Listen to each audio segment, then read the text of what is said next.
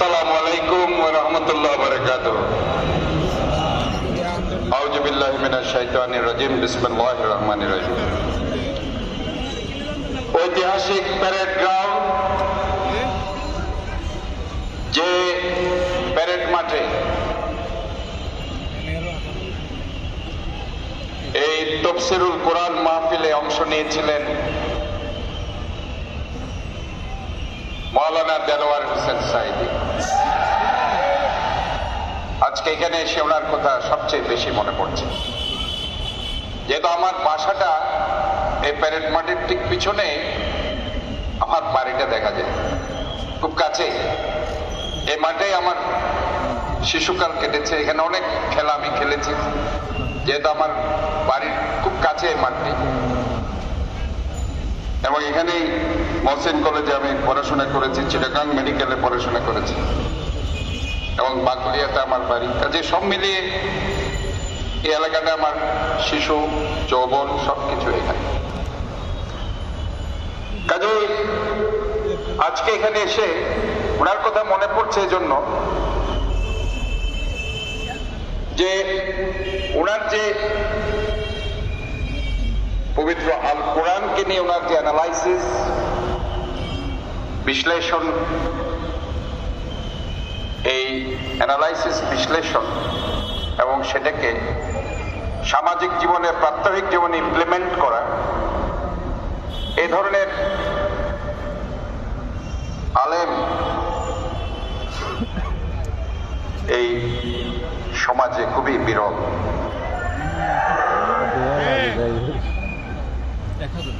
আজকে এখানে সভাপতিত্ব করছেন অধ্যক্ষ আলহাজ মোহাম্মদ আবু তাহের, এবং যিনি কিছুক্ষণ আগে বক্তব্য রেখেছেন ওনার কথা আসলে না বললেই নয়। 2018 সালে যখন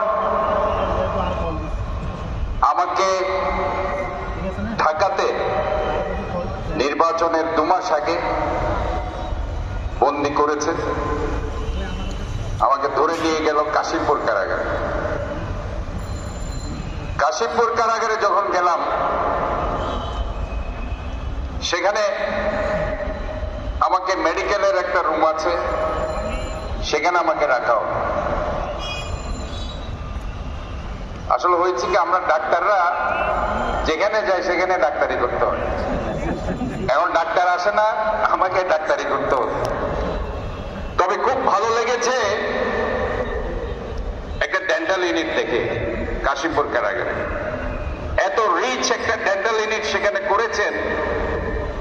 আমি জিজ্ঞেস করলাম, এই ডেন্টাল ইউনিটটা কে করেছেন?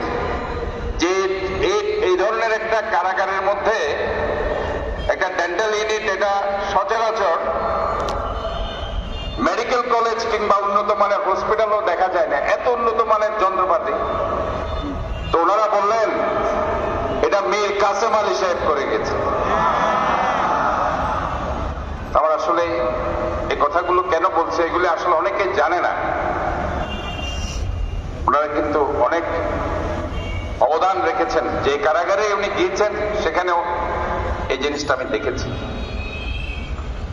তো যাই হোক, যে কথাটা বলছিলাম, ওই কাশিমপুর কারাগার থেকে আমাকে কোনোভাবেই চট্টগ্রাম কারাগারে আসতে দিবে না, যেহেতু নির্বাচনের পরেই তাদের প্ল্যান আমাকে চট্টগ্রামে আনা।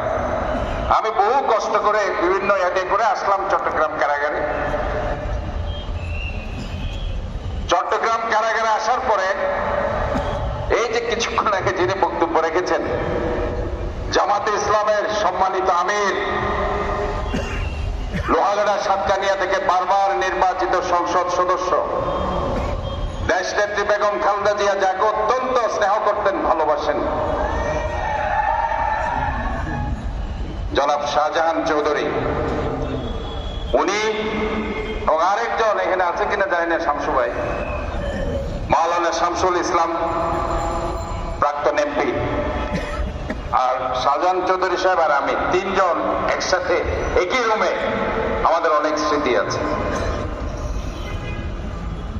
আমরা প্রায় 3 মাস সম্ভবত একসাথে আমরা কাটিয়েছি। এবং সেই স্মৃতিগুলো আসলে এখনো আমি চিন্তা করি যে ওই সময়কার যে স্মৃতিগুলো। কাজেই আজকে এখানে প্যারেড মাঠে অনেক বছর পরে তাফসীরুল কোরআনের যে আয়োজন করা হয়েছে ইসলামী সমাজ কল্যাণ পরিষদের পক্ষ থেকে, চট্টগ্রাম সিটি কর্পোরেশনের মেয়র হিসাবে নয়, নগরের একজন সেবক হিসাবে আপনাদেরকে আন্তরিকভাবে আমি ধন্যবাদ জানাচ্ছি। আজকে অনেক আলেম সমাজের বড় বড় আলেমকে আজকে জুডিশিয়াল কিলিং এর মাধ্যমে হত্যা করা হয়েছে। ওই আমি লিখেছি, মতিউর রহমান নিজামী সাহেব, মীর কাসেম আলী, আলী হাসান মুজাহিদ, আব্দুল কাদের মোল্লা, সালাউদ্দিন কাদের চৌধুরী।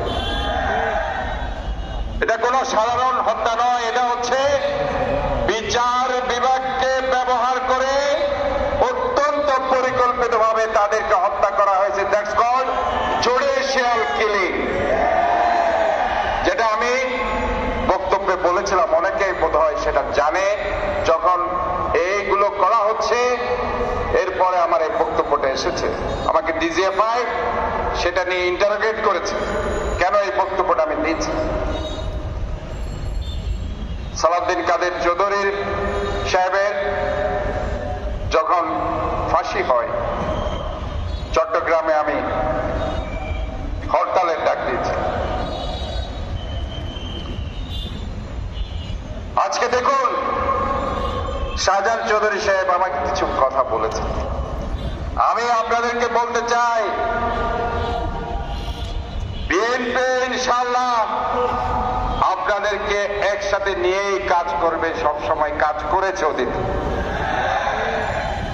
আওয়ামী লীগ সব সময় আমাদেরকে কষ্ট দিয়েছে এবং আসলেও কষ্ট দিবে। এরা নির্যাতন করবে, অনৈতিক মামলা, হামলা, বিচার বহির্ভূত হত্যা, গুম, নির্যাতন অতীতেও যেভাবে করেছে আগামীতেও তারা সেগুলো করবে।